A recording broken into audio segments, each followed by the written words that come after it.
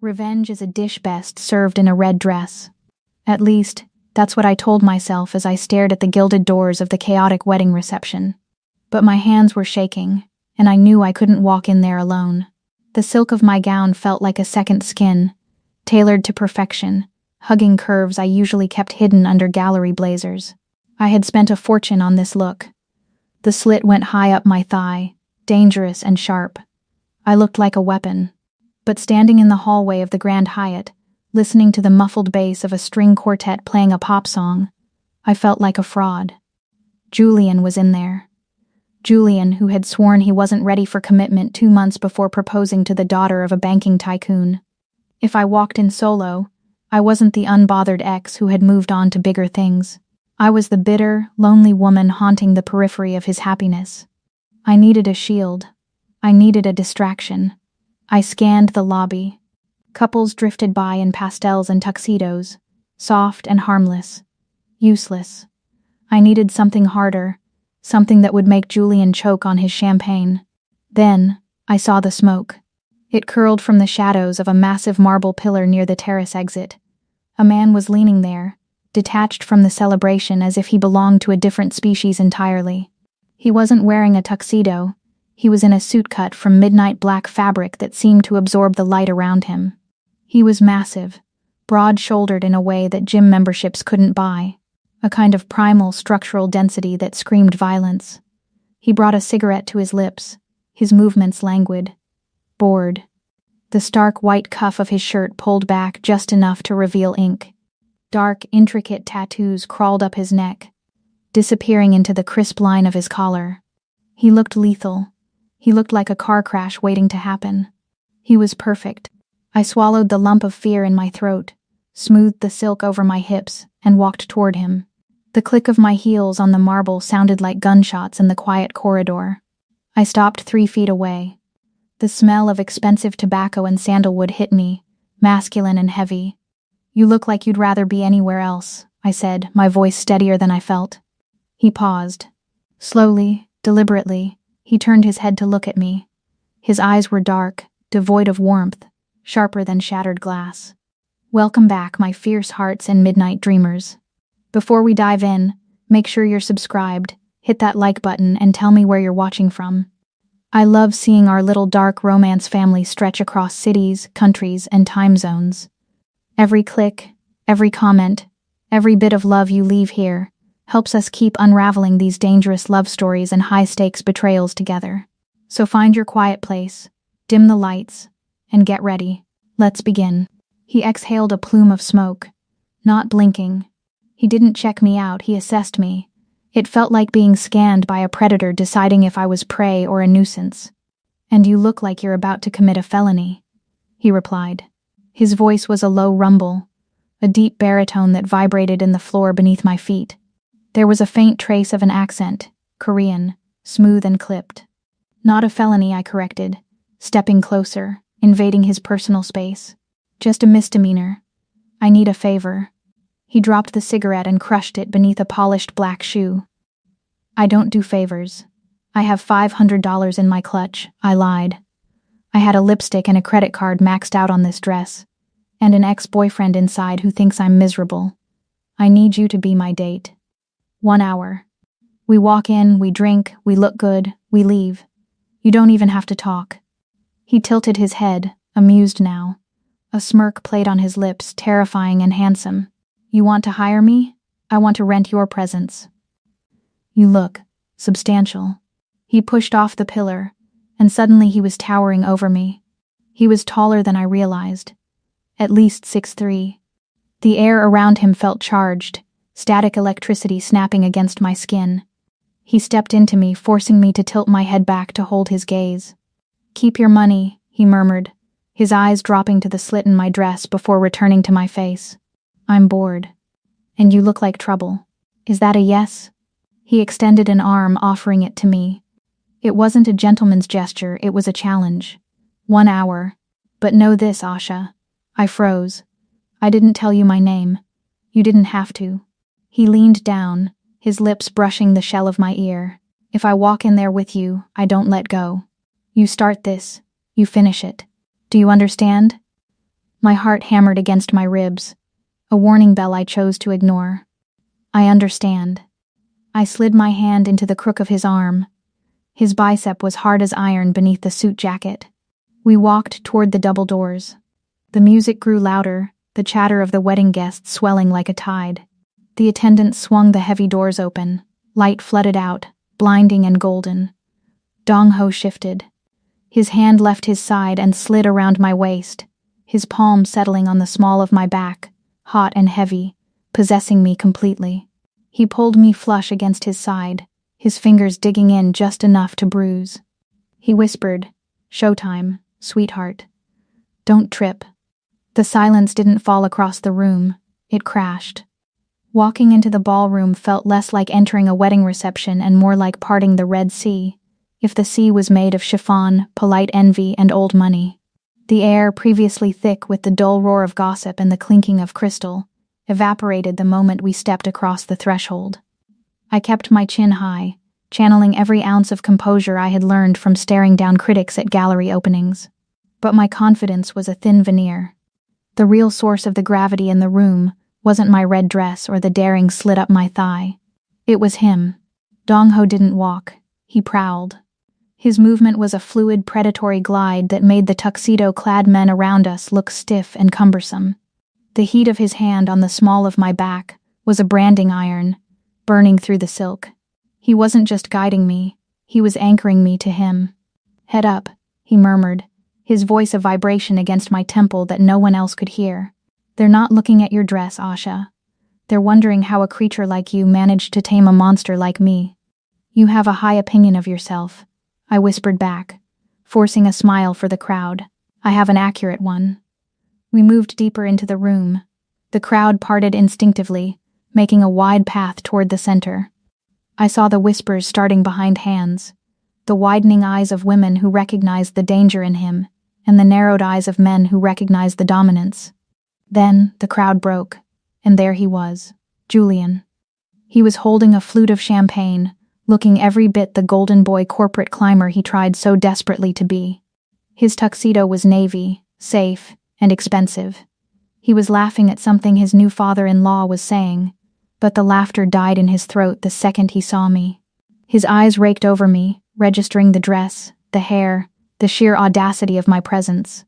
Then his gaze slid to Dong-ho, and I saw something I had waited 2 years to see. Inadequacy. Julian shrank. It was subtle, a shifting of weight, a straightening of the spine that looked forced. But it was there. He excused himself from his bride's father and walked toward us. He wore that familiar, condescending smile, the one he used when he wanted to make me feel small. "Asha," Julian said, his voice pitched just loud enough to draw attention. "I honestly didn't think you'd come. It's brave of you." He didn't look at Dong-ho. He refused to acknowledge him, a petty power play that was failing miserably. "Why wouldn't I?" I replied, my voice cool. "I love a good performance, Julian. And this?" I gestured vaguely at the excessive floral arrangements. "It's certainly theatrical." Julian's smile tightened. "Well, I'm glad you're here, though I see you brought a friend. I didn't realize you were dating. Who is this? One of your artists?" He finally looked at Dong-ho, dropping the question with a sneer, implying that anyone I was with must be a starving painter or a bohemian nobody. Dong-ho didn't blink. He looked down at Julian with an expression of profound boredom, as if Julian were a smudge on a pristine window. "Yeo Dong-ho," he said. He didn't offer his hand. Julian blinked, waiting for a title, a profession, something to latch onto. When it didn't come, he chuckled nervously. "Right. And what do you do, Mr. Yeo?" Asha usually has such eclectic taste. The air around us seemed to drop 10 degrees. Dong-ho took a half step forward. He didn't posture or puff out his chest. He simply occupied the space so completely that Julian had to step back or be swallowed. "I specialize in risk management and acquisition," Dong-ho said. His voice was soft, smooth, and terrifyingly corporate. "In fact, I was just reviewing the portfolio for the Sinclair merger your firm is attempting to close next week." Julian's face went pale. The Sinclair merger was the deal that was supposed to make his career, It was the reason he was marrying into this family. How do you know about that? That's confidential. Nothing is confidential, Julian, Dong Ho said, saying his name like it was a slur. The leverage ratio is unstable. The assets are overvalued. If I were the blocking minority, which I often am, I would advise the board to liquidate the liabilities. Dong Ho tilted his head, his dark eyes boring into Julian's soul. And you look like a liability. Julian opened his mouth, but no sound came out. He looked like a fish on dry land. The arrogance was gone, replaced by the sheer terror of a man realizing he was swimming with a shark. Enjoy your wedding, Dong Ho finished, dismissing him. Try not to depreciate the asset before the honeymoon. Before Julian could recover, the opening notes of a waltz swelled from the orchestra. Dong Ho didn't wait for my permission. He slid his hand from my back to my waist, his grip firm, and swept me onto the dance floor. You, I breathed, my heart racing as he spun me into the center of the room, are terrifying. He was tedious, Dong Ho replied, pulling me flush against him. I hate tedious men. We fell into the rhythm of the waltz. I had expected him to be rough, but he moved with a surprising, lethal grace. He led with absolute authority, anticipating my movements before I even made them. We were too close for polite society. My chest brushed his with every breath. I could smell him, the sharp, metallic scent of ozone, the rich earthiness of sandalwood, and beneath it all, the faint, stale tang of cigarette smoke. It was an intoxicating, masculine mix that made my head spin. The lights of the chandelier blurred overhead as we turned. For a moment, I let myself believe the lie. I let myself feel the strength of the arm around me, the protection of the monster who had just silenced my past with a few sentences. I looked up at him, caught in the gravity of his dark eyes. You play the part well, I whispered, breathless. I'm not playing, Asha. His tone had changed. The amusement was gone, replaced by a razor-sharp alertness. His hand on my waist tightened, not romantically, but tactically. He spun me again, a little faster, a little harder. Keep smiling, he ordered, his voice barely moving his lips. Look at me. Only at me. A chill that had nothing to do with the air conditioning slid down my spine. What? Why? There is a man standing by the buffet table, gray suit, red tie, scar on his left cheek. I started to turn my head, but Dong Ho's hand slid up to the nape of my neck, his thumb pressing into the soft hollow of my throat, forcing me to keep my eyes on his. His touch was electric, possessive, and terrifying. I said, "Don't look," he hissed, his face inches from mine. To the room, it looked like a moment of intense passion.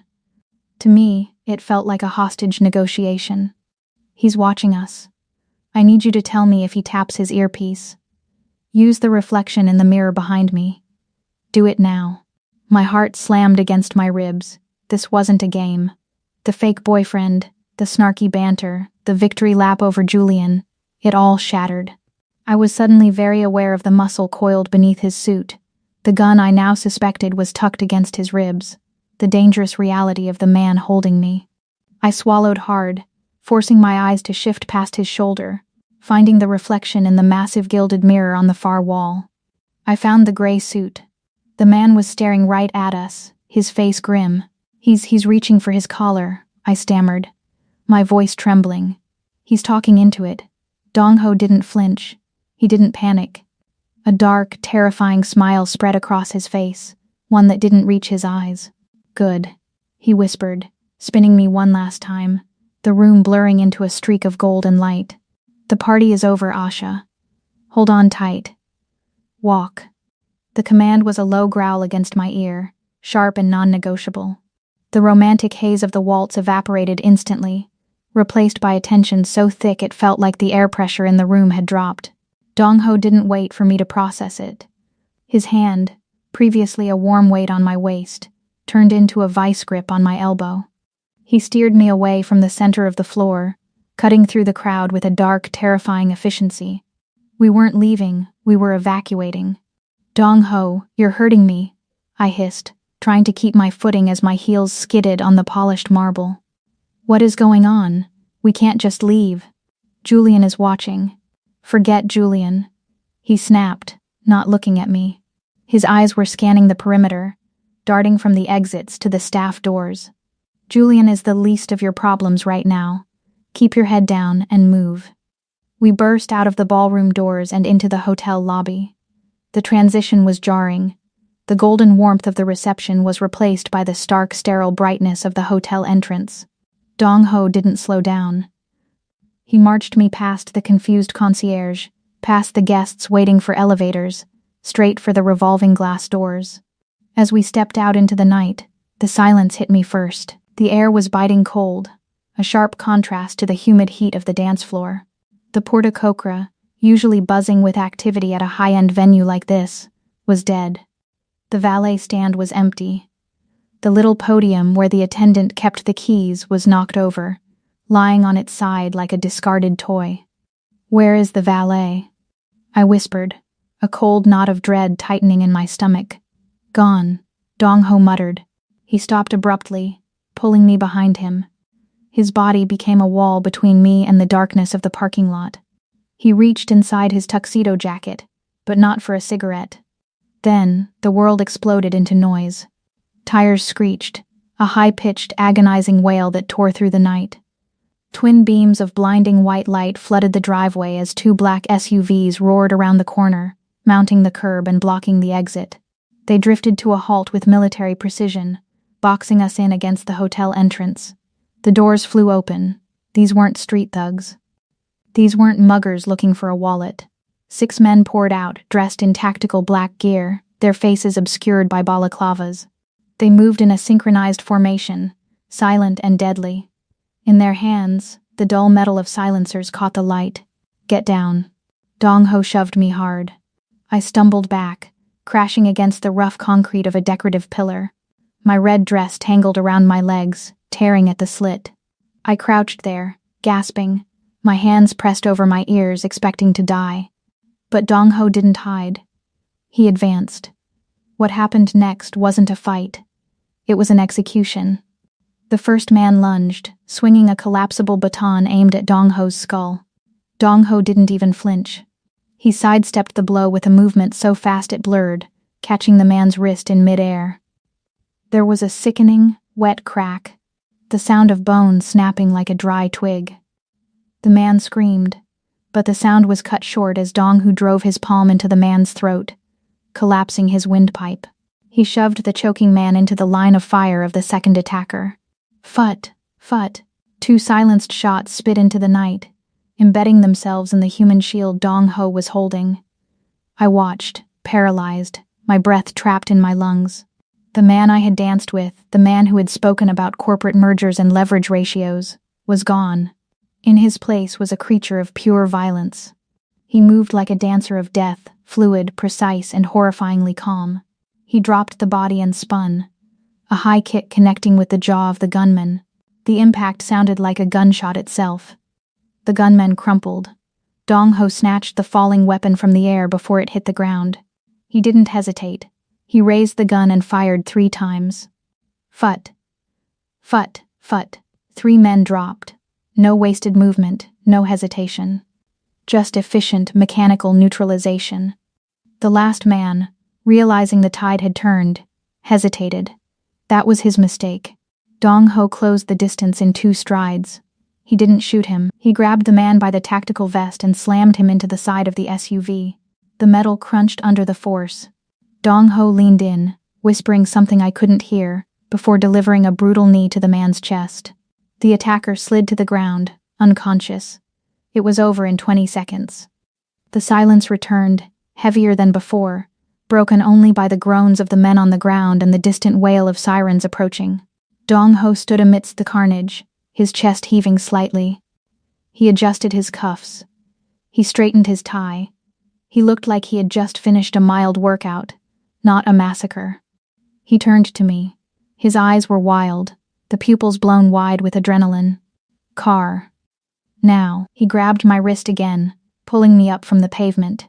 My legs felt like jelly. I stumbled, staring at the bodies. You just move, Asha," he roared, dragging me toward a sleek matte black sedan parked illegally near the entrance. He threw the back door open and practically threw me inside. The interior smelled of leather and gun oil. He slammed the door shut, a heavy, solid thud that told me this car was armored. He vaulted into the driver's seat, hitting the ignition. The engine roared to life, a monstrous, guttural sound that shook the frame of the car. He threw it into gear and slammed on the gas.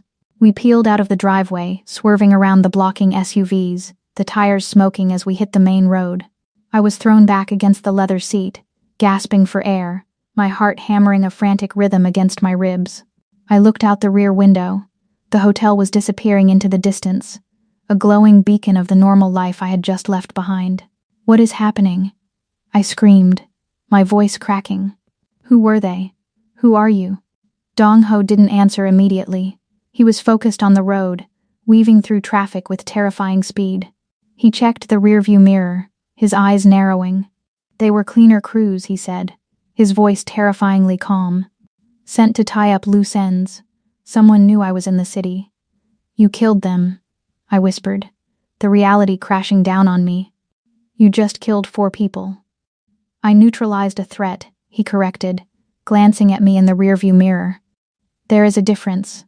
Stop the car. I want to get out. Take me back." "No," I said, "stop." I reached for the door handle. Click. The sound of the central locking mechanism engaging echoed through the silent cabin. It was a heavy, metallic sound, a prison sound. I froze, my hand hovering over the handle. I looked at the front seat. Dong-ho slowed the car down as we merged onto the highway. He took one hand off the wheel and brought it to his mouth. He wiped a small speck of blood from his lower lip, a splash from the fight that had marred his perfect face. He looked at the blood on his thumb, then looked at me in the mirror. His eyes were dark voids, possessing a gravity that pulled me in and crushed me all at once. "I told you, Asha," he said softly, the threat wrapping around my name like a caress. "I don't let go." The elevator ride was silent, a vertical ascent into a different world.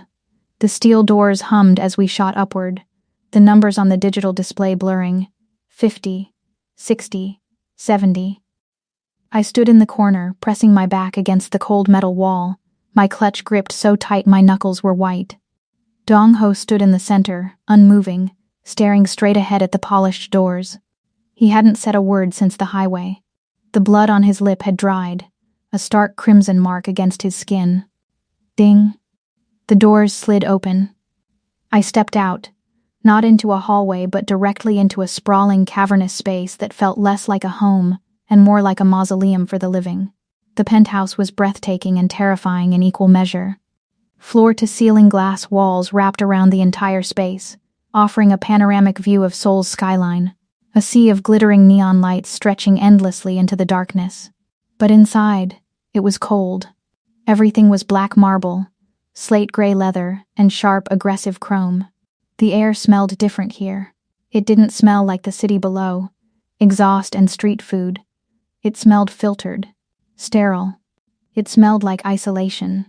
"Don't touch the glass," Dong-ho said, walking past me, his footsteps echoing on the stone floor.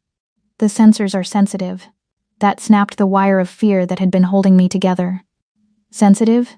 I choked out a laugh, brittle and sharp. "You're worried about fingerprints? You just snapped a man's arm in half in a parking lot."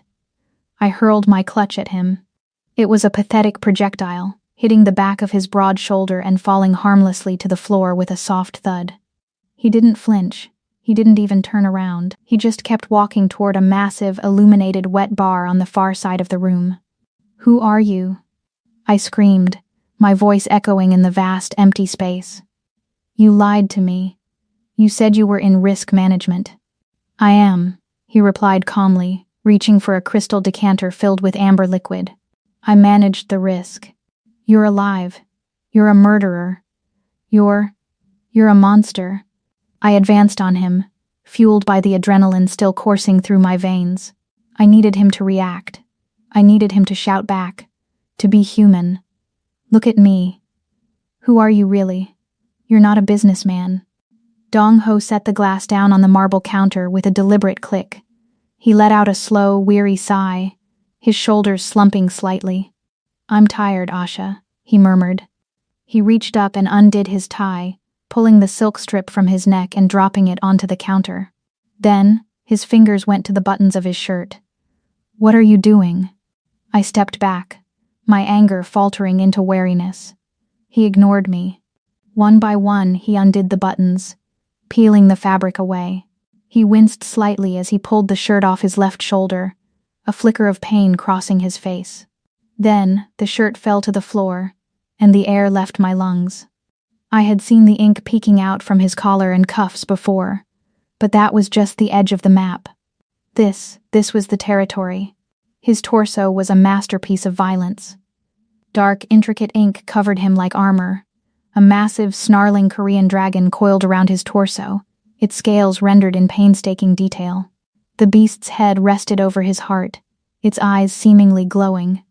Waves of black ink crashed over his shoulders and down his arms, a turbulent sea of darkness that swallowed his skin.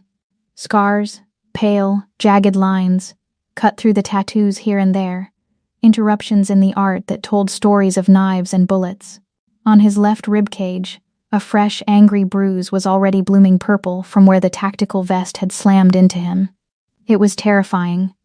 It was beautiful. He turned to face me, the dragon on his chest seeming to move with the flex of his pectoral muscles. He caught me staring. He didn't cover up. He let me look. He wanted me to see. "Yo Dong Ho," he said again. But this time, the name carried a weight it hadn't before. It wasn't just a name, it was a title. "The Shadow King," I whispered. The name slipped out before I could stop it. It was an urban legend in the art world.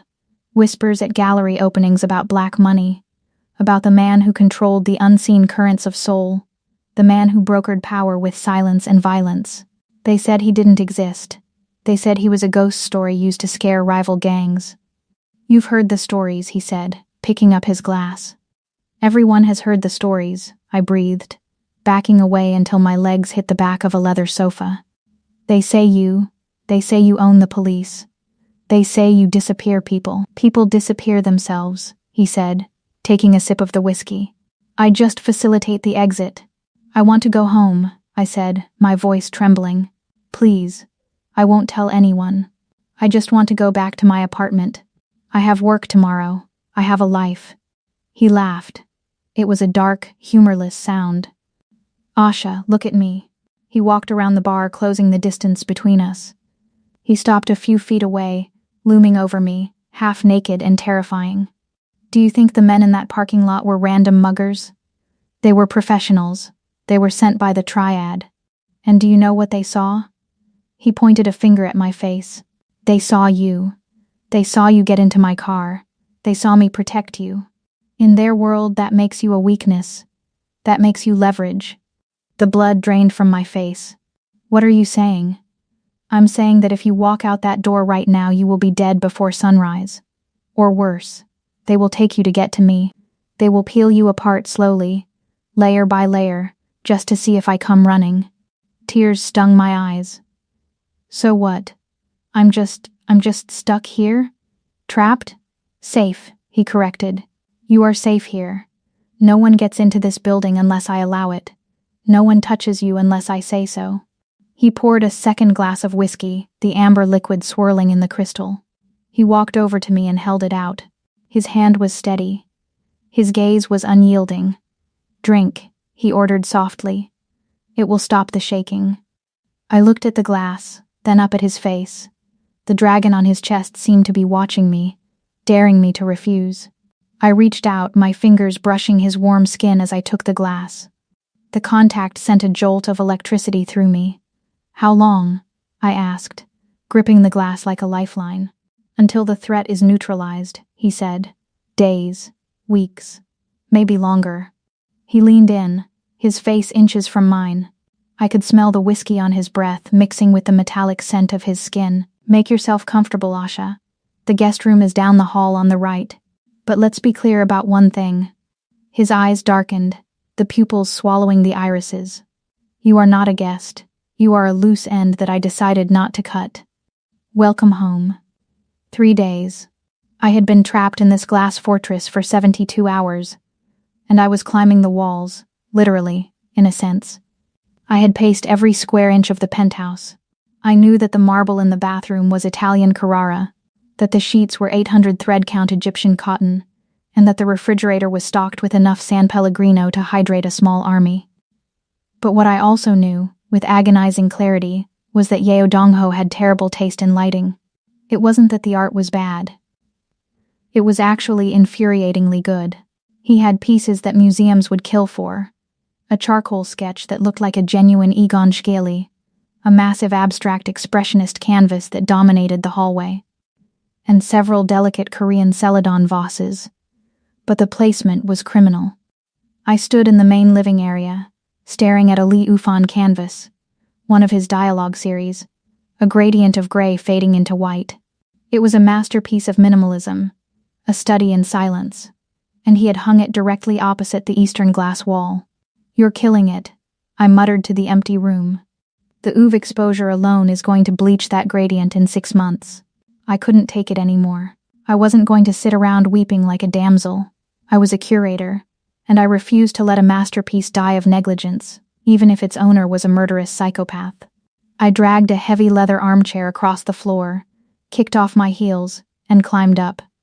The painting was heavy, framed in solid oak, but adrenaline and boredom gave me strength. I unhooked it from the wall, groaning under the weight, and carefully lowered it to the floor. A little to the left, a deep voice rumbled. I nearly dropped the priceless canvas. I spun around, heart hammering. Dong Ho was leaning against the doorframe of his office, a room I had been strictly forbidden from entering. He was wearing a crisp white dress shirt with the sleeves rolled up, revealing the black waves of ink on his forearms. He was holding a tablet, and on the screen I caught a glimpse of a grainy black and white feed. He had been watching me. "You have cameras," I accused, clutching the painting like a shield.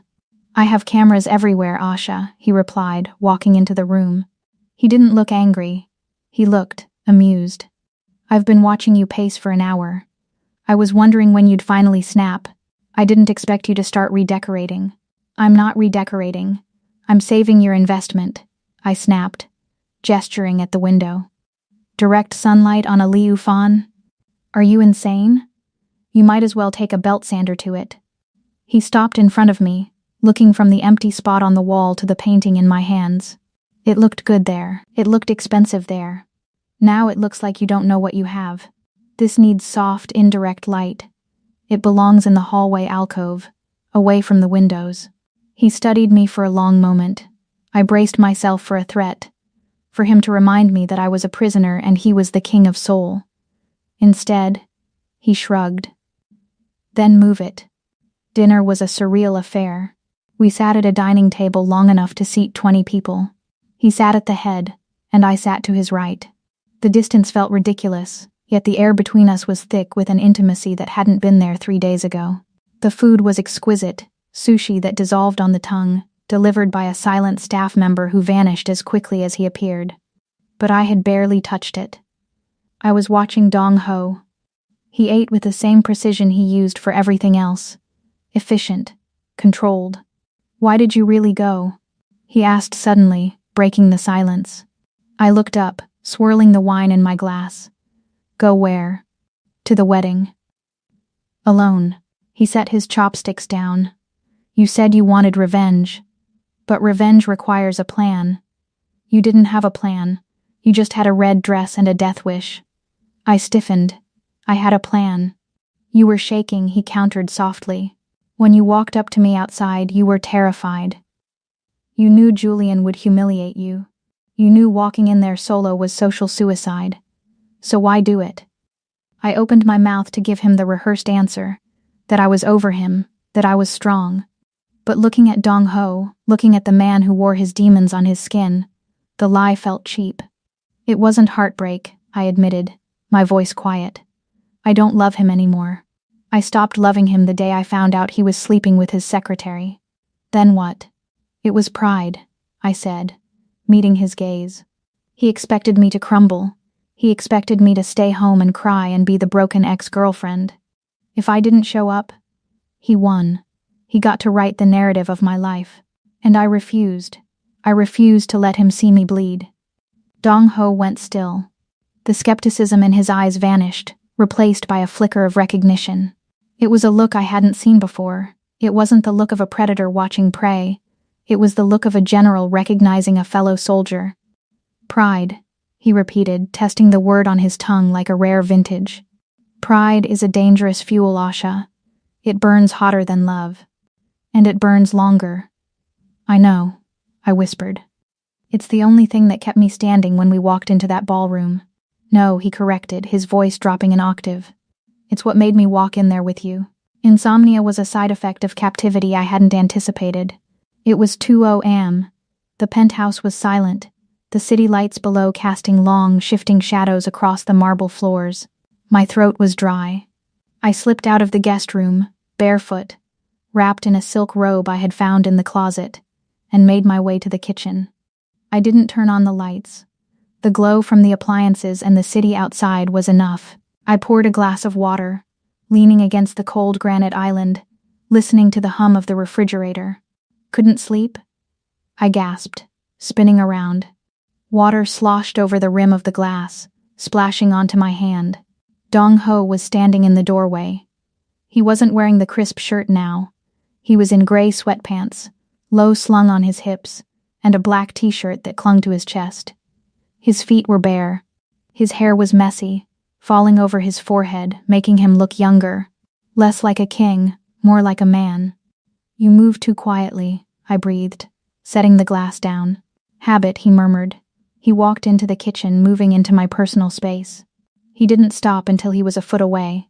Did I scare you? Yes. Good. You should be scared. But his voice lacked the edge it usually carried. It was rough with sleep, heavy with something else. He reached out, his hand hovering near my face. For a second I thought he was going to touch me. I thought he was going to trace the line of my jaw, pull me in. My breath hitched. My heart hammered a traitorous rhythm against my ribs. I should have backed away. I should have run. But I didn't move. I looked up at him, seeing the conflict warring in his dark eyes. The magnetic pull was undeniable, a physical force that seemed to warp the air around us. It wasn't just fear. It was fascination. It was the thrill of standing on the edge of a cliff. He looked at my lips. Then his gaze drifted up to my eyes. His hand dropped.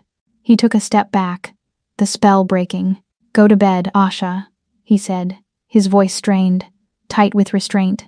Before I forget that I'm supposed to be protecting you. He turned and walked away into the shadows, leaving me standing in the dark, shivering, and more awake than ever. The door to the sanctum was open. For 3 days, the heavy mahogany door at the end of the hall had been a black hole, swallowing Dong Ho for hours at a time. It was the nerve center, the brain of the beast, and for the first time I was invited inside. Come in, he called out, not looking up from his desk. I stepped across the threshold, my bare feet sinking into a plush Persian rug that probably cost more than my entire student loan debt. The office was a stark contrast to the sterile, modern coldness of the living room. This room felt heavy. It smelled of espresso, old paper, and expensive leather. The walls were lined with dark walnut bookshelves filled with actual books, not decorative spines. Behind the massive desk, a bank of 6 monitors glowed with stock tickers, surveillance feeds, and architectural blueprints. Dong Ho was pacing. He was dressed in a charcoal vest and trousers, his shirt sleeves rolled up to his elbows. He held a phone to his ear, rattling off rapid-fire Korean that sounded less like a conversation and more like a verbal assault. He slammed the phone down onto the receiver, an old-fashioned heavy thing, and ran a hand through his hair. He looked frustrated. Not the cool, lethal calm of the parking lot, but the human irritation of a man dealing with incompetence. Problems in paradise? I asked, leaning against a leather armchair. He turned to me, his eyes narrowing. Problems in the boardroom. Which, unfortunately, is the only battlefield that matters right now. He gestured for me to sit. I took the chair opposite his desk. It felt like a job interview. I am trying to close a deal, he began, leaning back in his chair and steepling his fingers. The Seongsu redevelopment project. It's massive. Commercial, residential, cultural. It is the final step in washing my money. Once this goes through, the Yeo Empire is legitimate. No more shadows. Just clean, taxable, respectable revenue. Sounds boring, I said. But safe. It is necessary, he corrected. But the consortium I am dealing with, they are old money. Traditional. Conservative. They know my reputation. They know where I came from. They look at me and they see a thug in a tailored suit. He stood up and walked to the window, looking out at the city he ruled but couldn't quite buy. They don't trust a single man with violent tendencies. In their world, stability is a wife. A family. A man who goes home to a warm hearth is a man who won't burn the city down for sport. He turned back to me, his gaze sweeping over me with a calculated intensity that made me sit straighter. They want a family man, he said softly. So, I need to become one. I laughed, a short, incredulous sound. You, a family man? You have a dragon tattooed on your chest and a sniper team on speed dial. Good luck with that. I don't need to be one, he said, walking around the desk until he was leaning against the front of it, towering over me. I just need to look like one. The air in the room shifted, the business frustration evaporated, replaced by the predator's focus I had seen at the wedding. You, he said, pointing a finger at me. You are perfect. Excuse me? You are educated. You are articulate. You are stunning, but in a way that commands respect, not just lust. You are a curator.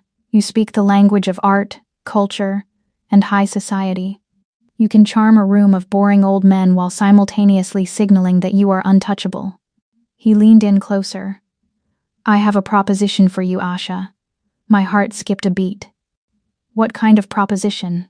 A contract, he said, his voice dropping to a smooth corporate purr. 6 months. You play the role of my fiancé. You wear the ring. You attend the galas. You smile for the cameras and tell the press how my rough exterior hides a heart of gold. We secure the deal. We legitimize the company. And then we stage a quiet, amicable breakup due to irreconcilable career paths. I stared at him. It was insane. It was a plot from a bad movie. But looking at the sharp lines of his face, the intensity of his need, I realized he was deadly serious. You want me to fake a relationship with the head of the Korean Mafia, I said slowly. For 6 months. Yes. And what do I get out of it? I asked, crossing my legs. Besides, not being murdered by the triad. Safety is the baseline, he agreed.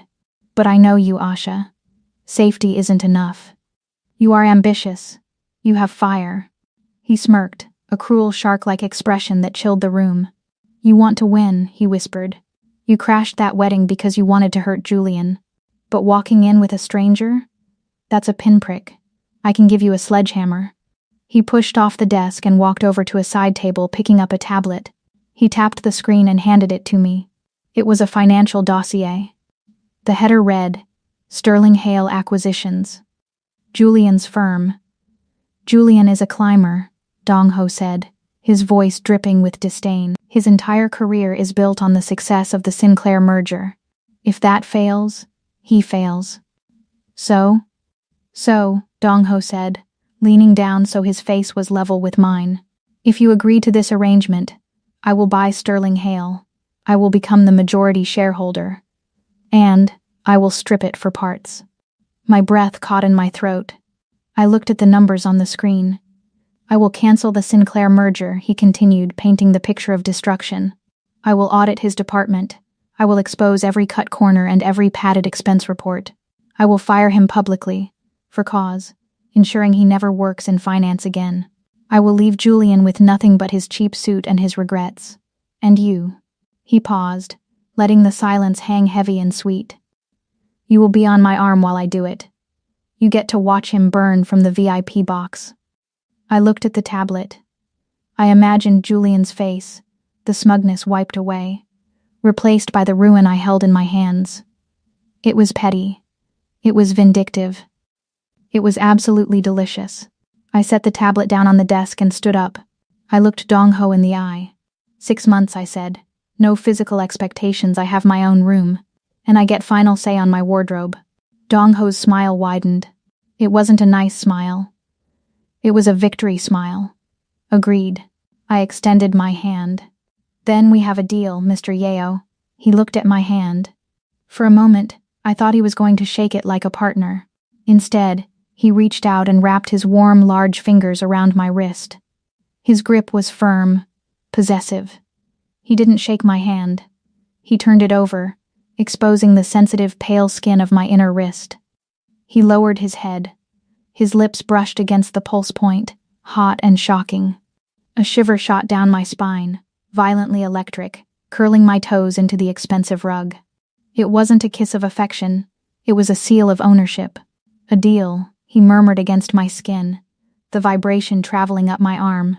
He released me slowly, his eyes dark with satisfaction. He turned and walked to a wall safe hidden behind a panel of mahogany. He spun the dial, left, right, left, and the heavy steel door clicked open. He pulled out a small velvet box. It wasn't the bright, hopeful turquoise of Tiffany's. It was black velvet, worn with age. He snapped it open. Inside sat a ring that sucked the light out of the room. It wasn't a diamond. It was a sapphire, but so dark it looked black, cut in a sharp, brutal rectangle. It was set in heavy, blackened platinum, surrounded by tiny, jagged rubies that looked like drops of blood. "This is not a prop," Dong-ho said, his voice dropping to a serious, almost reverent tone. "This was my mother's. She wore it when she built this family from the gutters of Busan." He took my left hand and slid the ring onto my finger. It was heavy, cold. It fit perfectly, as if it had been waiting for me. "Do not lose it, Asha," he warned, his eyes locking onto mine, the playful corporate mask gone completely. "That ring is worth more than your life. It is worth more than this entire building." I looked down at the black stone on my finger. It looked beautiful. It looked dangerous. "I won't lose it," I whispered. "Good," he said, turning back to his desk. "Go get dressed. We have a gala to attend tonight." "And Asha?" I paused at the door. "Yes, wear the red dress," he said, not looking up. "I want them to see you coming." The flashing lights were blinding, a strobe light assault that turned the night into a disjointed series of frozen frames. Click. Dong-ho's hand on the small of my back. Click. My smile, practiced and radiant. Click. The black sapphire on my finger catching the glare, swallowing the light like a miniature black hole. We were at the K-Auction Winter Gala, the most prestigious art event of the season. A month ago, I would have been here as a worker, standing quietly near a sculpture, handing out brochures, invisible to the billionaires bidding on legacy. Tonight, I was the main attraction. I was wearing emerald green velvet, a gown that draped off my shoulders and pooled on the floor like liquid money. Beside me, Dong-ho was a monolith in a tuxedo that fit him so perfectly it felt like a sin. He played the part of the doting fiancé with terrifying ease. His touch was constant, a hand on my waist, fingers brushing my elbow, a lean in to whisper a joke that wasn't really a joke. To the press, we were the power couple of the year, the ruthless king of soul and his elegant, art-world queen. To me, it was the most high-stakes performance of my life. "Smile, sweetheart," Dong-ho murmured, his lips barely moving as we walked past the red velvet rope. "The editor of Vogue is to your left. Look happy." "I am happy," I whispered back, flashing a dazzling smile at the camera. "I just saw the estimate on that Basquiat inside. You're overpaying." He chuckled, a deep sound that vibrated against my side. "I'm paying for the headline, Asha, not the canvas." We entered the ballroom. It was a sea of tuxedos, jewels, and polite conversation that masked ruthless ambition. This was my world. I knew the provenance of every piece on the walls. I knew which collectors were fake and which were serious. I felt a surge of power. For the first time, I wasn't just observing the game, I was a player. "I need to speak to Chairman Lee," Dong-ho said, spotting a gray-haired man near the podium. "He's the last vote we need for the Seongsu deal. Will you be all right?" "I can handle a room full of art snobs, Dong-ho. Go." He hesitated, his thumb brushing the pulse point of my wrist, a habit he had developed over the last few weeks. "Stay in sight. If anyone bothers you, I know the drill. Go." He nodded and melted into the crowd. I took a glass of champagne from a passing tray and turned to admire a large, chaotic abstract piece by a rising minimal artist. You look expensive." The voice was slurred, familiar, and laced with venom. I didn't flinch. I took a slow sip of champagne before turning around. Julian. He looked terrible. The golden boy of finance was tarnished. His tuxedo was wrinkled, his tie loosened as if he couldn't breathe. There were dark circles under his eyes, and his skin had the pallid, clammy sheen of a man who hadn't slept or eaten in days. "Hello, Julian," I said, my voice cool. "You look tired." "Tired?" He let out a harsh, barking laugh that drew a few glances. "I'm ruined, Asha. That's what I am. Sterling Hale stock dropped another 12% this morning. The auditors are tearing apart my department. They're talking about embezzlement charges. Me. Embezzlement. Sounds stressful," I said, keeping my face blank. "Maybe you shouldn't have padded those expense reports." His eyes widened. "How did you?" "He told you. Your new owner." He stepped closer, invading my personal space. The smell of scotch poured off him in waves.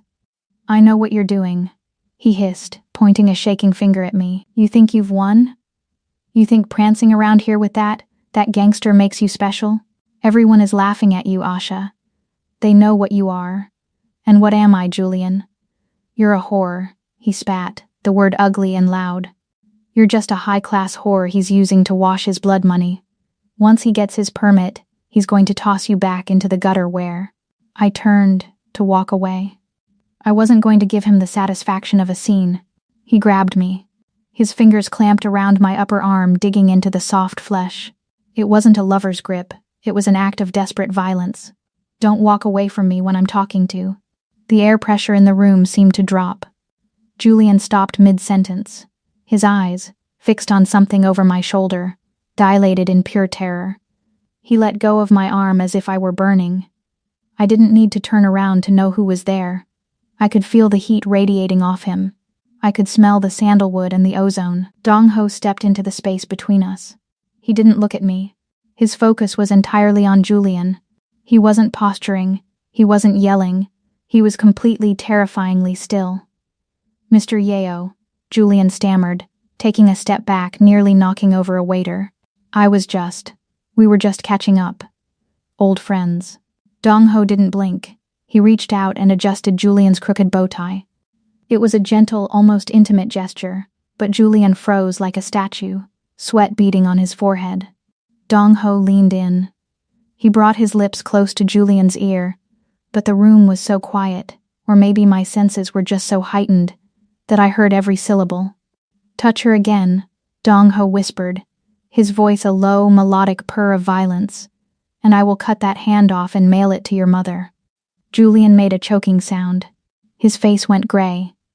He looked at his own hand, then at Dong-ho, realizing with absolute certainty that this was not a metaphor. I understand," Julian squeaked. "Good," Dong-ho said, patting Julian's cheek twice. "Now get out of my sight before I decide to lower the property value of this building by painting the walls with you." Julian didn't wait. He turned and fled, disappearing into the crowd like a rat scurrying for a sewer. Dong-ho turned to me. The demon mask didn't slip, but his eyes softened as they scanned my face, then my arm where Julian had grabbed me. "Are you hurt?" he demanded softly. "I'm fine," I breathed, my heart racing. He's pathetic, Dong-ho. He's so small." "He is irrelevant," Dong-ho corrected. He looked around. People were staring. The confrontation had been quiet, but the tension had rippled outward. The press cameras were pointed our way, hungry for the drama. "They are watching," Dong-ho noted. "Let them watch," I said, feeling a reckless courage rising in my chest. Dong-ho's eyes darkened. He saw the challenge in my gaze. He stepped closer, eliminating the distance between us. One hand slid up my back to cradle my neck, his thumb resting against my jawline. The other hand wrapped around my waist, pulling me flush against his hard body. "Mine," he whispered, a statement of fact, not a question. Then he kissed me. It wasn't the polite, stage-managed peck of a fiancé. It was acclaiming. His lips crashed onto mine, hot and demanding. He devoured me right there in the middle of the ballroom. His tongue swept into my mouth, tasting of whiskey and danger. It was possessive, raw, and overwhelmingly powerful. My knees went weak. I clung to the lapels of his tuxedo, melting into him, kissing him back with a fervor that surprised us both. The flashbulbs erupted like a lightning storm, but I didn't care. In that moment, with his hand in my hair and his heart beating against mine, the truth hit me harder than the champagne. Julian, the corporate, safe, civilized man, had made me feel small, unsafe, and alone. But Dong Ho? The monster? The Shadow King with the dragon ink and the blood on his hands? He would burn the world down just to keep me warm. And God help me, I liked the heat. The call came at 11 p.m. Dong Ho was pouring a glass of water in the kitchen, his shirt unbuttoned, revealing the edge of the dragon tattoo on his chest. We had spent the evening in a rare state of quiet domesticity, watching the rain lash against the penthouse windows. Then his phone buzzed. Not the sleek smartphone he used for business, but the burner, a blocky, gray device that sat on the counter like a grenade waiting to have the pin pulled. He answered it.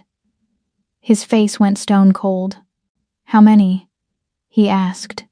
A pause. "I'm on my way." He hung up and was moving before the phone hit the counter. He pulled a handgun from a hidden holster beneath the kitchen island and checked the magazine with a mechanical click-clack.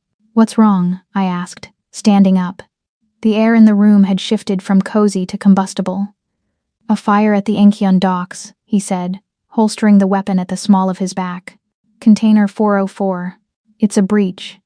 Someone is trying to torch my shipment." "Send Min-jae," I said, a cold knot forming in my stomach. "You don't have to go. This shipment is personal. I have to verify the loss myself." He walked over to me, grabbing my shoulders. His grip was hard, urgent. "I'm sending you to the safe house in the hills. The penthouse is too exposed if this is a coordinated hit. Min-jae will drive you. Do not make stops. Do not open the window." He kissed my forehead, a hard, brief press of his lips that felt more like a prayer than a goodbye. "I'll be back in 2 hours," he promised. "Keep your phone on." He turned and strode out the door, the elevator swallowing him whole. I didn't know it then, but that was the mistake. The fire wasn't the attack. The fire was the bait. The rain was torrential, turning the streets of Seoul into slick black rivers. I was in the back of the armored Mercedes, sandwiched between two silent bodyguards. Min-jae was driving, his eyes flicking constantly to the rearview mirror. "We're being followed," Min-jae said, his voice calm but tight.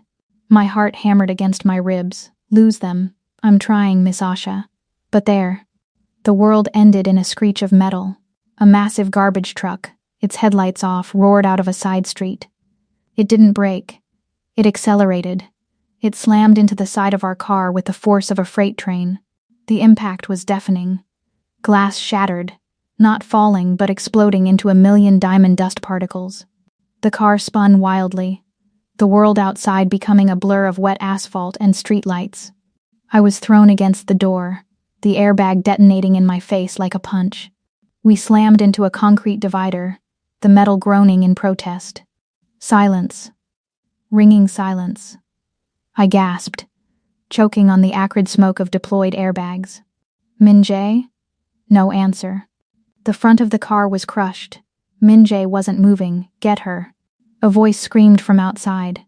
The back door was ripped open. Hands, rough, wet hands, grabbed my ankles.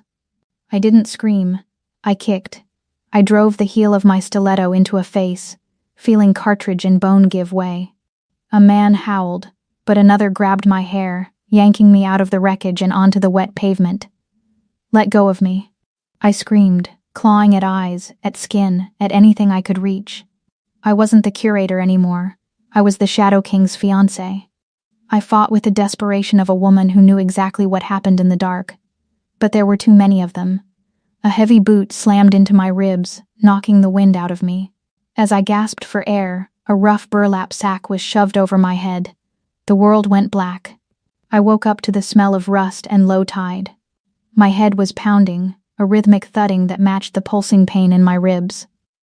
I was seated in a metal chair, my hands zip tied behind my back so tightly my fingers were numb. I blinked, my eyes adjusting to the harsh glare of a single overhead halogen bulb.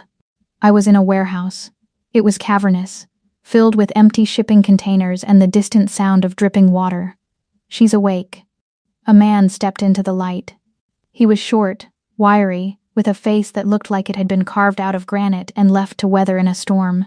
He wore a red silk suit that looked garish against the industrial grime. This was Choi, the Viper, Dong Ho's rival. He pulled up a chair and sat backward on it, facing me. He held a knife, idly cleaning his fingernails with the tip. "You are prettier in the magazines," Choi said, his voice scratchy, like sandpaper on stone. "Yeo Dong Ho has expensive taste." I forced my breathing to slow. "Panic is a choice," Dong Ho had told me once. "Don't choose it." "If you're looking for an autograph," I said, my voice raspy but steady, "you'll have to untie my hands." Choi laughed. It was a dry, rattling sound. "Spirited. I like that. It makes breaking you more interesting." He leaned in, the knife point hovering inches from my knee. "I don't care about you, girl. I care about what you know." Yeo keeps his encryption keys for the offshore accounts on a biometric drive. "Where is it?" "I don't know what you're talking about. Don't lie to me." Choi roared, slamming his hand on his own knee. "You are his fiancé. You live in his house. You wear his mother's ring." He pointed the knife at the black sapphire on my finger. "He trusts you." "Where are the codes?" My mind raced. He thought I was a partner. He thought this was a love match. He thought I was leverage. If I told him I knew nothing, he would torture me until I died. If I cried and begged, he would enjoy it. I had to become something else. I had to become the woman Dong Ho had created. I threw my head back and laughed. It was a cold, sharp sound that echoed in the empty warehouse. Choi paused, confused. "You think this is funny?" He hissed. "I think you're an idiot," I said, locking eyes with him. I channeled every ounce of disdain I had ever seen Dong Ho use. I looked at him like he was a stain on a rug. "You went through all this trouble," I said, shaking my head. "The truck, the kidnapping, the drama. And for what? A PR stunt, what?" Choi frowned. "You think Yeo Dong Ho loves me?" I scoffed. "Look at me, Choi. I'm a curator. I'm a face for the cameras. I'm a contract. He hired me to make the investors happy so he could close the Seongsu deal. That's it." I leaned forward as far as the bonds would allow, my voice dripping with venomous truth. "I don't have his codes. I don't even have the passcode to his Wi-Fi. I am a prop."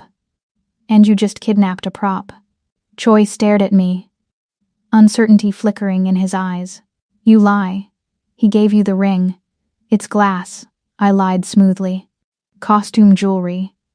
Good lighting does wonders." "He came to the gala," Choi argued, but his confidence was wavering. "He threatened Julian for you. He threatened Julian because Julian insulted his property," I snapped. "Not his heart, his brand." I took a deep breath and delivered the final blow. "If you kill me, he won't pay a ransom. He won't trade his empire for me. He'll just hire another model, put her in a red dress, and release a press statement saying I died in a tragic car accident." "You have nothing, Choi. You have absolutely no leverage." The room fell silent. Choi looked at me, then at the ring, then back at me. I held his gaze, terrified that he would hear the thunderous beating of my heart. "We'll see," Choi muttered, standing up and snapping the knife closed. "If you are worthless, then you won't mind if we send him a piece of you to test the theory." He turned to his men. "Call Yeo. Tell him we have the girl. Tell him the price is the codes. If he hesitates, cut off a finger." He walked away. I slumped back in the chair, the adrenaline crashing. I had bought myself time. Maybe an hour, maybe 2. "Come for me, Dong Ho." I prayed silently into the darkness. "Don't let me be right." The phone rang. It was a shrill, piercing sound that cut through the damp silence of the warehouse. Choi smiled, his teeth stained with tobacco. He pulled the phone from his pocket, hit the speaker button, and held it up like a trophy. "Yo," Choi greeted, his voice dripping with false camaraderie. "I hope you are sitting down. Your fiancé and I are having a lovely chat about encryption keys. She is very stubborn." I was just about to start removing the distractions, starting with her left pinky. Silence stretched over the line. It wasn't the silence of hesitation, it was the silence of a vacuum before an explosion. Choi. Dong-ho's voice came through. It didn't sound like a human voice. It sounded like grinding metal. I am not negotiating. Choi frowned. You don't have a choice. I have the girl. I am not asking for the codes. Dong-ho continued, his tone flat, dead. I am giving you an instruction. And what is that? Run. The line went dead. Choi lowered the phone, a flicker of confusion crossing his face. He's bluffing. The world disintegrated. The corrugated metal wall to my right didn't just bend. It vanished. A massive black armored truck smashed through the siding like it was wet paper, the roar of its engine drowning out my scream. Metal shrapnel flew through the air like confetti. The truck skidded to a halt in the center of the warehouse, drifting sideways to create a barricade between me and the bulk of Choi's men. The driver's door flew open. Dong-ho stepped out. He wasn't the corporate shark in the tuxedo anymore. He had shed the jacket. His white shirt was soaked in rain and clinging to his frame, the sleeves rolled up to reveal the dark waves of ink on his forearms. He held a handgun in each hand. He didn't pause to monologue. He started shooting. It was a blur of violence so efficient it looked choreographed. Bang, bang, bang. 3 of Choi's men dropped before they could even raise their weapons. Dong-ho moved with a terrifying fluid grace, a storm of bullets and rage. He didn't take cover. He advanced. He was walking into the fire, trusting his armor, trusting his skill, or simply not caring if he lived as long as everyone else died. Kill him, Choi shrieked, scrambling backward over a crate. Kill him now. A guard near me panicked. He realized he couldn't hit Dong-ho, so he turned his weapon toward the easier target. Me. He lunged, grabbing the back of my chair and yanking me backward. Don't move. He screamed, jamming the barrel of his gun against my temple. Yayo. Drop it or I paint the floor with her. Dong-ho froze. He stood amidst the bodies of 5 men, his chest heaving, his guns raised. His eyes locked onto mine. They were wide, wild, and terrified. For the first time, I saw fear in the Shadow King's eyes. The guard behind me tightened his grip, his sweaty hand slipping on the metal chair. Drop them. I looked at Dong-ho. I saw the hesitation. He was going to surrender. He was going to let them kill him to save me.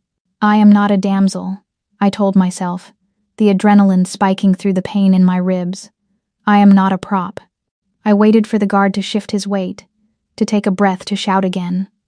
Then, I threw myself backward with everything I had. I slammed my head back, the hard bone of my skull connecting with the guard's nose with a sickening crunch. At the same time, I kicked off the floor, tipping the metal chair violently to the side. Bitch. The guard screamed, stumbling back, his aim knocked wide. I hit the concrete hard, my shoulder taking the brunt of the impact, but I was out of the line of fire. That split second was all Dong-ho needed. Bang. The guard's head snapped back. He crumpled to the floor, dead before he hit the ground. Dong-ho didn't check on me. He knew I was down. He turned his attention to the last man standing. Choi. The Viper was trying to crawl toward the exit, scrambling over the debris. Dong-ho holstered one gun and crossed the distance in 3 long strides. He grabbed Choi by the back of his red silk suit and hurled him against a shipping container. Choi wheezed, sliding down the metal. Yayo, wait. We can make a deal. The territory, take it. Take half. Dong-ho stepped in close. He didn't shout. He didn't rage. He looked down at Choi with a cold, absolute disgust. You touched her, Dong-ho whispered. It was business. Choi pleaded, holding up his hands. Just business. She said she was just a contract.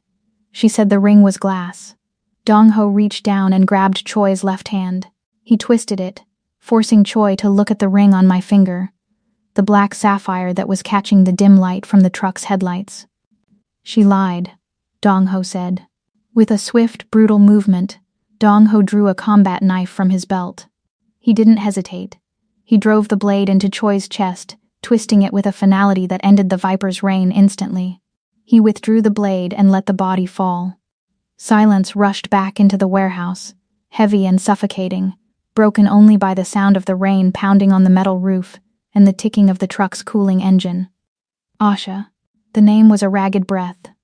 Dong-ho dropped the knife. He rushed over to where I was lying on the floor, still tied to the overturned chair. He fell to his knees, ignoring the glass and debris biting into his pants. "I'm here," I gasped, the pain in my shoulder radiating down my arm. "I'm okay." His hands were shaking. The hands that had just slaughtered a dozen men with surgical precision were trembling so violently he could barely hold the knife to cut my bonds. Snap. Snap. The zip ties fell away. He pulled me up, dragging me into his lap, his arms wrapping around me like iron bands. He buried his face in the crook of my neck, breathing in deep, shuddering gasps. "I thought I lost you," he choked out, his voice thick with unshed tears. "God, Asha. I thought I was too late." "You weren't," I whispered, bringing my numb hands up to cup his face. I pulled him back so I could see him. He was a mess. There was a cut on his cheek, his shirt was ruined, and he was covered in the blood of men who had tried to hurt me. But he had never looked more beautiful. He scanned my face, his eyes frantic. He touched the bruise forming on my jaw, his fingers feather light. "Did they hurt you? Tell me where. I'll kill them again. I'll bring them back and kill them again." "I'm okay," I promised, tears finally spilling over. "I'm okay, Dong-ho." He looked at me, really looked at me, stripping away the layers of the contract, the business deal, the pretense. There was no Shadow King in that moment. There was just a man who had stared into the abyss and been terrified of what he saw. "It's not glass," he whispered, grabbing my hand and pressing the ring against his chest, right over his beating heart. "It's not a prop. You are not a prop." "I know," I sobbed. He didn't wait. He crashed his lips against mine. This wasn't the performance for the gala. This wasn't the taunt for the ex-boyfriend. This was desperate. It was hungry. It was a confession written in breath and blood. He kissed me like I was air and he was drowning. I kissed him back, clinging to his wet shirt, pulling him closer, needing to feel the life in him to confirm that we were both still here. The contract burned to ash in that warehouse. The deal was dead. Whatever this was, this terrifying, violent, beautiful thing between us, it was real. And it was just beginning. 6 months ago, I walked into a ballroom shaking in a red dress, desperate for a shield. Tonight, I stood in the center of the Singleton Gallery, wearing gold silk that shimmered like liquid armor, and I didn't shake at all. The room was packed.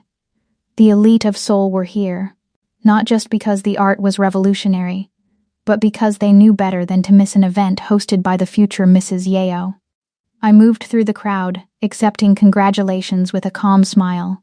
As I passed a cluster of socialites near the sculpture garden, a hushed whisper caught my ear. "Did you hear about Julian Hale? It's tragic, really. I heard the embezzlement trial starts Monday. His wife annulled the marriage yesterday. He's sleeping on his brother's couch, bankrupt. Poor Julian." I paused, sipping my champagne. I waited for the spike of satisfaction, the gloating joy of revenge. But it didn't come. I felt nothing. No anger, no pity. Just a mild indifference, like hearing about a stranger's bad weather. Julian was a ghost. He was the past. I walked out onto the private terrace, the cool night air greeting me. Dong-ho was waiting there. He was leaning against the railing, smoking, looking out at the city lights. He turned as I approached, his eyes dark and warm. "You conquered the room," he said, flicking ash into the wind. "We conquered the room," I corrected, stepping into his space.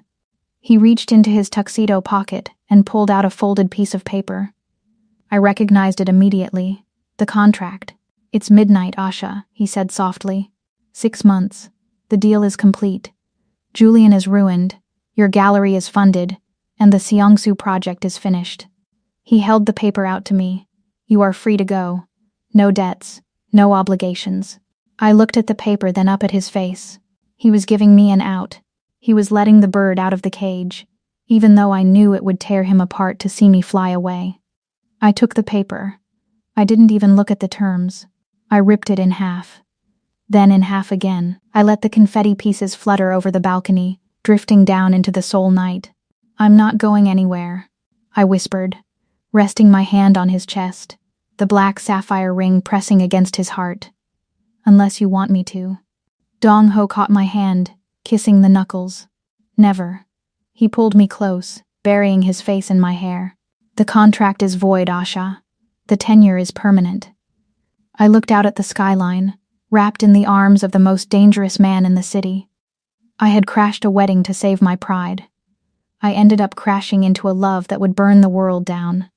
And standing here, in the heart of the fire, I knew one thing for sure. I wouldn't trade the burn for anything. I love this story. The narration is great. The narrator did an excellent job. I would like to see a part two.